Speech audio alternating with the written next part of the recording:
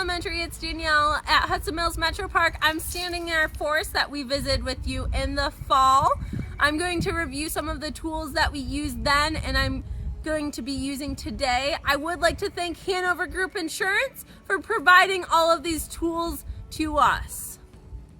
As a reminder, we used a data sheet in the fall and we filled this out. We were looking at log temperature, log moisture, we were looking at soil moisture, soil temperature, as well as ambient air temperature, and these are a few things that I'm going to take a look at today.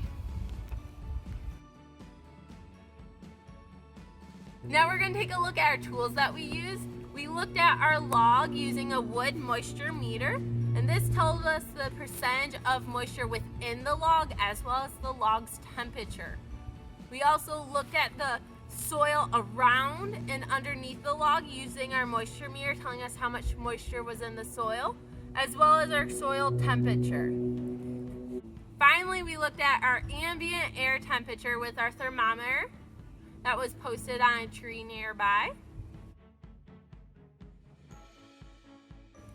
We also looked at biological data with our handheld lens to look at organisms or our log up close.